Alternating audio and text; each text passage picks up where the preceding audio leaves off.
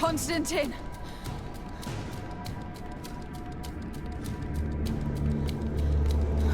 Restrain her!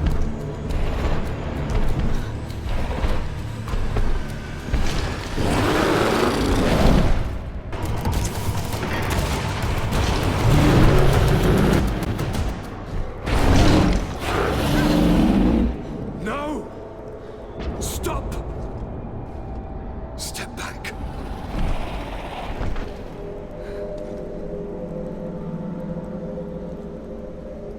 I do not desire your death. I'm sorry. Why? Why have you done this? But for you. For us. So that we may live free at last. This makes no sense. Constantin, it's madness. You don't understand because you're still attached to the old world. This old, dying world which, to survive, has betrayed, used, and manipulated us and would not have hesitated to kill us. Perhaps, but... I've seen death, cousin. And I understood the vanity of it all. My father's ruses just so he could earn more power. The political bowing and scraping to preserve corrupted nations. I have been offered unrivaled power, allowing me to get rid of this. To send the old world back to its inevitable death. And this new world is my gift to you. You and I could be its new gods. The immortal and benevolent monarchs. He himself is the incarnation of the old world he is speaking of. He has its vices and its poison.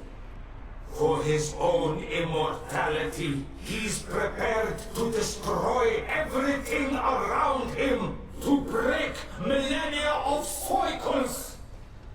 I implore you, flesh of my land, think of all the lives that will come to an end to feed his pride. Don't listen to this old god. He's like all the others, after all, clinging to life. All you have to do is to bind yourself here, with me. And we will be gods together, forever.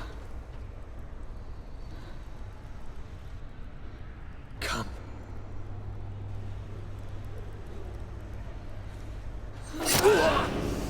Oh, what a shame.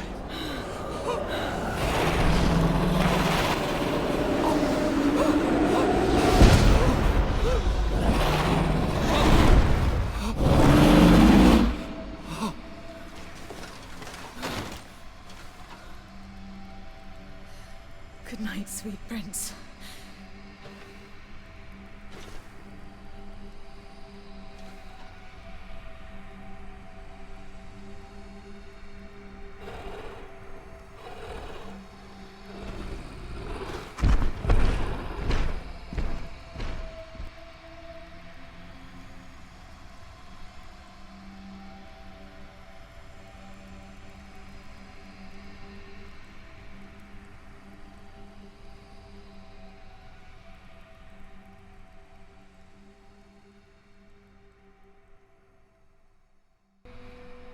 After the fall of Constantin, my young student managed to establish stronger links between the old nations and the natives.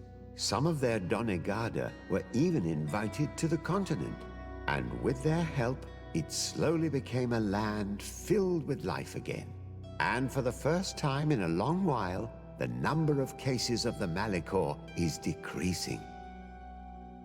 Those who bravely fought at Dohat Genadu were celebrated everywhere.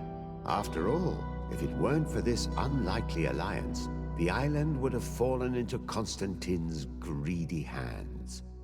This victory allowed Siora to become the Mal of her village, but she often leaves to be reunited with the one she believes to be her soulmate. Sieglinde took Kurt as an advisor, but he insisted on keeping his place alongside his former student and friend, watching her back as he always had. Afra set aside her weapons and went back to her research on the native culture and flora of the island. It is said that she is even writing a book with the help of Duncas's clan when not visiting her friends. For his bravery, Vasco was awarded the rank of commander. He now travels the sea at the head of a whole fleet, but he often comes back to visit his sister-in-arms. Petrus's ambitions have finally been fulfilled. He obtained the much-coveted title of Cardinal. Despite the responsibilities implied by such a title, he still sometimes visits the one he calls his child. Despite the help Ulan received, which allowed him to restore the importance of the seaside Nemeus, he still had to renounce the role of Marl as he faced the contempt of the other clans.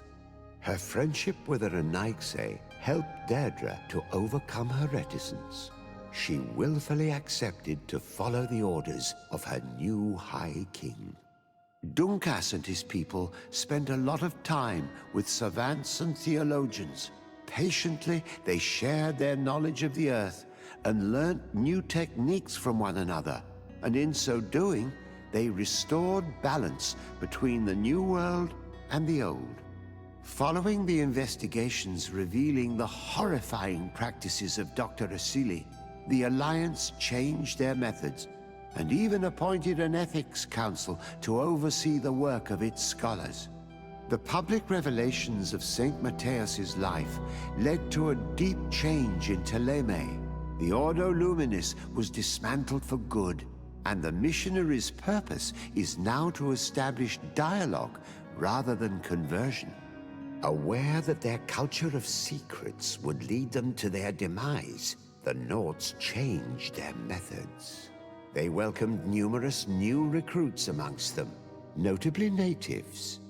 Under Sieglinder's control, the Guard returned to the honorable values that had made its reputation.